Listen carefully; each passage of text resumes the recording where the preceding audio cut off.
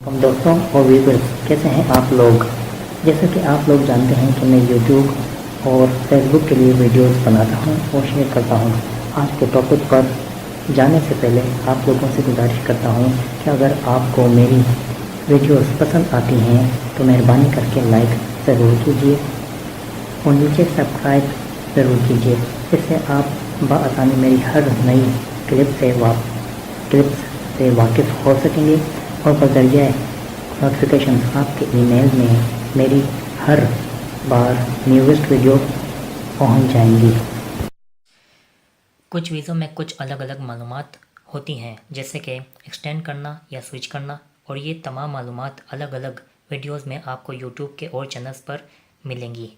लेकिन मेरी इन तमाम वीडियोस में एक वीज़े की तमाम मालूमात यानी हासिल करने से लेकर फ़र्क, एक्सटेंड, मेडिकल, ड्यूरेशन, फ़ीस, यहाँ तक कि स्विचिंग वीज़ा भी इसी एक वीडियो में, और आपको अलग अलग सर्च करने की मेहनत भी नहीं होगी। इस एक वीडियो में सिर्फ एक वीज़े की तमाम मालूमात मैं आपको फराहम करके दूंगा।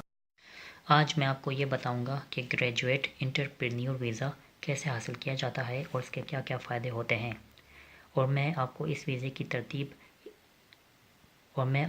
वीज़े की मालूमात और इन्फॉर्मेशन तरतीब के साथ बताऊंगा। सबसे पहले मैं आपसे इस वीज़े का ओवरव्यू बताऊंगा, फिर एंडोर्समेंट के लाइसेंस और अथॉरिटी कहाँ से मिलती है, फिर medical, duration, fees, documents requirement, और इस वीज़े को एक्सटेंड और स्विच कैसे करते हैं। सबसे पहले मैं आपको इस वीज़े का ओवरव्यू बताता हूँ। 3 शराइत, आप ये वीज़ा 3 शराइत पर ले सकते हैं। पहली, क्या आप इसकी एलिजिबिलिटी और रिक्वायरमेंट पर पूरा उतरते हों। इसका मतलब ये है कि आप इस वीज़े की पॉलिसी का प्रिंट आउट ले सकते हैं, उसमें तब्दीलियाँ होती रहती हैं। दूसरी शर्त यह है कि आपका ताल्लुक़ किसी यूरोपियन इकनॉमिक एरिया यानी यूरोप के ममालिक से और स्विट्ज़रलैंड से ना हो, तो ये वीज़ा शराइत। और तीसरी शर्त ये है कि वो शख्स जिसने यहाँ यूके से ग्रेजुएशन की हो और वो ऑफिशियली एंडोर्स्ड हो और उसके पास एक जेन्युइन और क्रेडिबल बिजनेस वीज़ा हासिल कर सकता है। अब मैं आपको एंडोर्समेंट के बारे में बताता हूँ कि ये कैसे हासिल किया जाता है और ये क्या होता है। इसमें 2 किस्में होती हैं।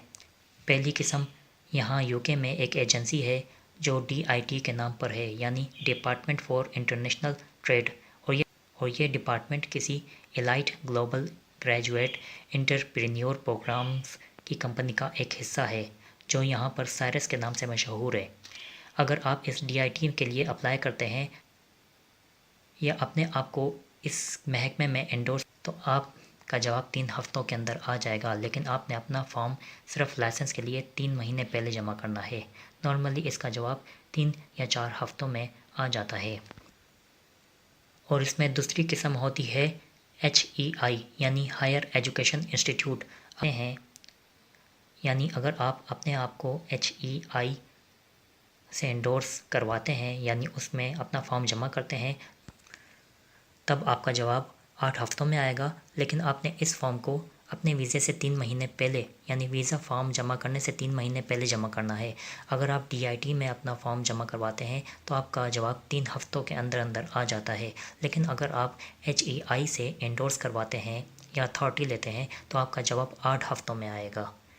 ये इन दोनों में डिफरेंस है। अब आते हैं फ़ीस पर। अगर आप अपने और अपनी फैमिली मेम्बर के लिए अपने मुल्क पाकिस्तान से इस वीज़े के लिए अप्लाई करते हैं तो आपकी और आपके फैमिली मेम्बर की फ़ीस यानी पर हेड 350 पाउंड्स होगी। और अगर आप अपने और अपनी फैमिली मेम्बर के लिए ये वीज़ा एक्सटेंड या स्विच करवाते हैं तो पर हेड 475 पाउंड्स होगी फ़ीस। जब आप यहाँ पर आते हैं तो अपने लिए TB टेस्ट का डॉक्यूमेंट शो करते हैं या सर्टिफिकेट शो करते हैं। लेकिन अगर आपके साथ अपनी फैमिली मेम्बर आ रही हो तो उसके लिए आपने हेल्थ केयर सरचार्ज, एक डिपार्टमेंट है, उसकी फ़ीस देनी होती है। वो आप नेट पर चेक कर सकते हैं, उसकी फ़ीस चेंज होती रहती है। हेल्थ केयर सरचार्ज क्या होता है? ये आपकी फैमिली के लिए होता है। फ़र्स्ट टाइम जब आप यहाँ पे आएंगे यूके तो आपने अपना TB टेस्ट शो करना होगा, लेकिन अपनी फैमिली मेम्बर के लिए आपको TB टेस्ट नहीं